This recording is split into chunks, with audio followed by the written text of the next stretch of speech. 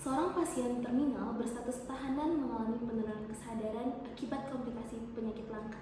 Di tengah situasi kritis, seorang dokter tahanan mengambil tindakan medis invasif yang agresif demi menyelamatkan nyawa pasien. Meskipun ditentang karena masalah administrasi dan risiko mempercepat kematian. Apakah tindakan ini sebuah penyelamatan atau pelanggaran etika yang fatal?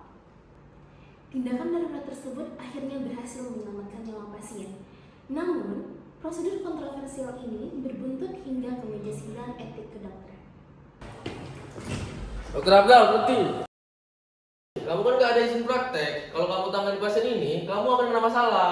Dengarkan saya, pasien ini sudah gawat darurat karena febrinya. Kalau kita masih tunggu konfirmasi dari rumah sakit lanjutan, saya pastikan pasien ini tidak akan bisa tertolong. Gak bisa gitu lah, emang kamu siapa? Dokter Cika, kamu ngapain? Aku harus bantu Dokter Afdal, aku harus menginjeksikan obatnya segera mungkin karena pasiennya dalam kondisi gawat darurat. Jika tidak ditangani dengan baik, prognosisnya akan semakin jelek. Biar saya akan menanggung konsekuensinya. Selamat pagi rekan-rekan sejawat semuanya. Hari ini Komite Etik berkumpul untuk menyidang tindakan dari Dr. Afdal dan juga tindakan dari Dr. Giska. Nah, fokus kita di sini bukan hanya hasil akhirnya, tetapi legalitas dan etika tindakan tersebut. Saya persilahkan untuk tim pro mengajukan argumentasinya terlebih dahulu. Baik, terima kasih moderator. Kami menilai tindakan Dr. Afdal dapat dibenarkan berdasarkan prinsip bioetika, yaitu beneficence, maleficence, justice, dan autonomi.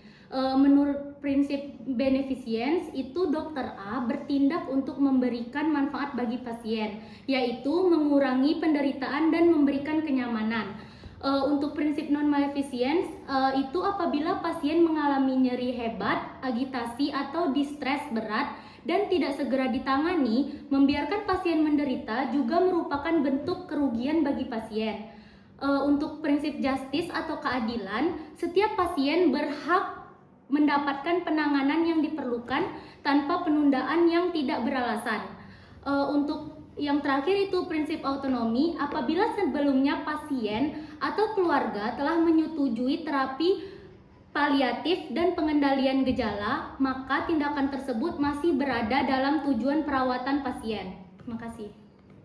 Baiklah, apakah dari tim kontra ada sanggahan mengenai tim pro? Baik, terima kasih moderator. Jadi kami malah membenarkan apa yang dilakukan oleh Dr. Afkar, karena kami malah menyalahkan apa yang dilakukan oleh Dr. Afdal dan juga Dr. Cika. Karena kita lihat dari bidang bioetika autonomi, Dr. Afkar malah benar karena keputusan dari Dr. Afdal dengan Dr. Cika malah mengambil alih keputusan untuk menyuntik pasien malah salah. Kemudian di bidang maleficence, tanpa mengetahui rencana dari Dr. Afkar, tindakan Dr. Afdal dan Dr. Cika berpotensi mencederai pasien. Kemudian di bidang beneficence, tindakan sepihak yang dilakukan oleh Dr. Afdal dan juga Dr. Cika itu sudah mengganggu kesinambungan perawatan terhadap pasien. Di bidang justice, Dr. Afdal dan juga Dr. Cika menciptakan ketidakadilan profesional. Terima kasih dari tim kontra. Apakah ada tanggapan lain dari tim pro mengenai kasus ini? Baik, terima kasih moderator. Izin menyanggah, menurut kami tim pro, dalam prinsip palliative care, tujuan utama adalah mengurangi penderitaan pasien. Sedasi palliatif diperbolehkan pada pasien dengan gejala refrakter, yaitu gejala berat yang tidak lagi dapat dikendalikan dengan terapi biasa. Tujuannya untuk memberi obat penenang, bukan untuk mempercepat kematian, melainkan untuk mengurangi penderitaan pasien. Ini berbeda dengan euthanasia karena niat utamanya adalah kenyamanan pasien, bukan untuk mengakhiri hidup pasien. Dalam pandangan Kodeki menegaskan juga bahwa dokter harus mengutamakan kepentingan pasien. Selain itu, dokter wajib melindungi kehidupan manusia dan memberikan pelayanan profesional kepada pasien.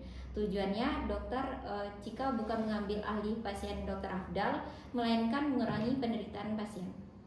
Terima kasih, moderator. Terima kasih dari tim pro. Apakah ada tanggapan lain dari tim kontra? Baiklah, izin moderator. Kami di sini juga tidak meragukan niat baik dari Dr.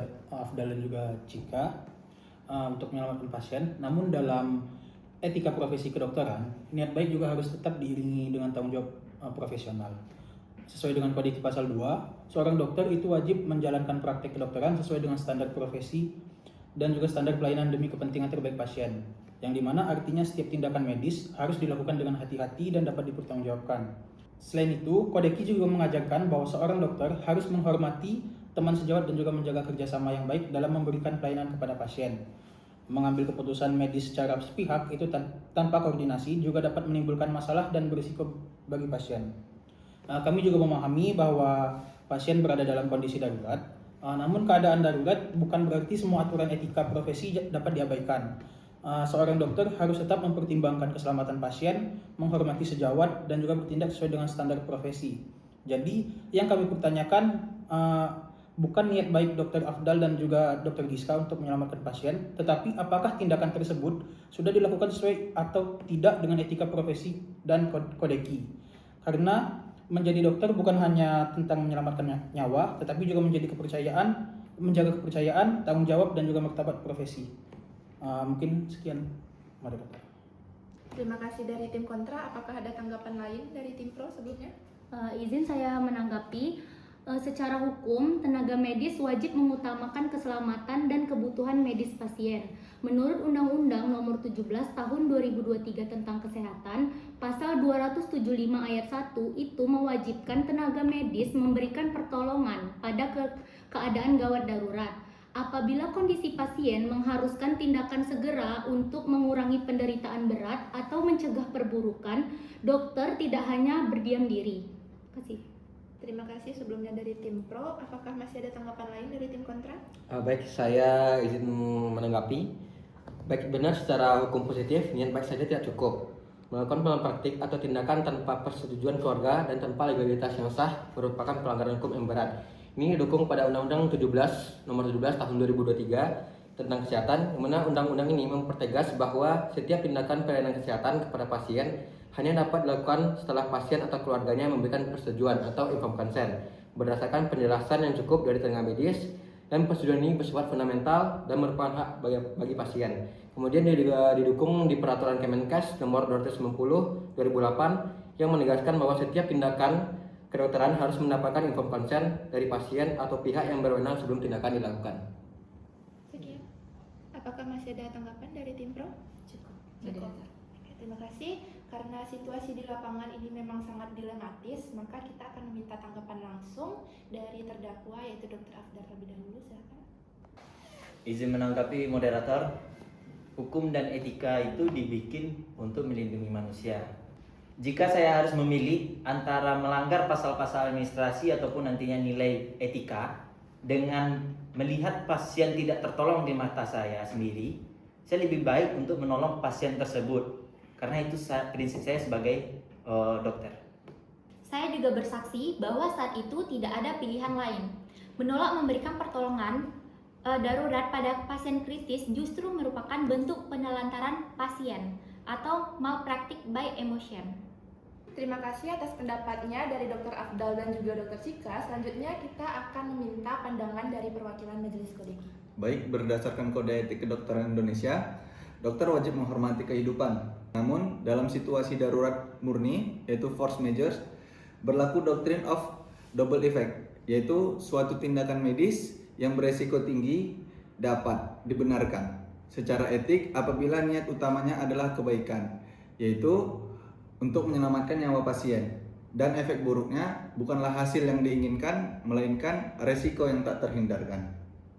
Baiklah, terima kasih atas semua argumennya kepada rekan-rekan sejawat semuanya. Sesi terakhirnya saya persilakan juri untuk membacakan kesimpulan dan keputusan sidang. Setelah menerima kondisi gawat darurat pasien, prinsip bioetika dan pembelaan yang diajukan, tindakan Dr. Cha secara etis dapat dibenarkan atas kegawat daruratan untuk menyelamatkan nyawa pasien. Namun, komite memberi kategori administratif agar prosedur fasilitas kesehatan dapat dihormati di masa depan. Kasus ini mengingatkan kita bahwa ilmu kedokteran harus selalu berjalan beriringan dengan hati nurani.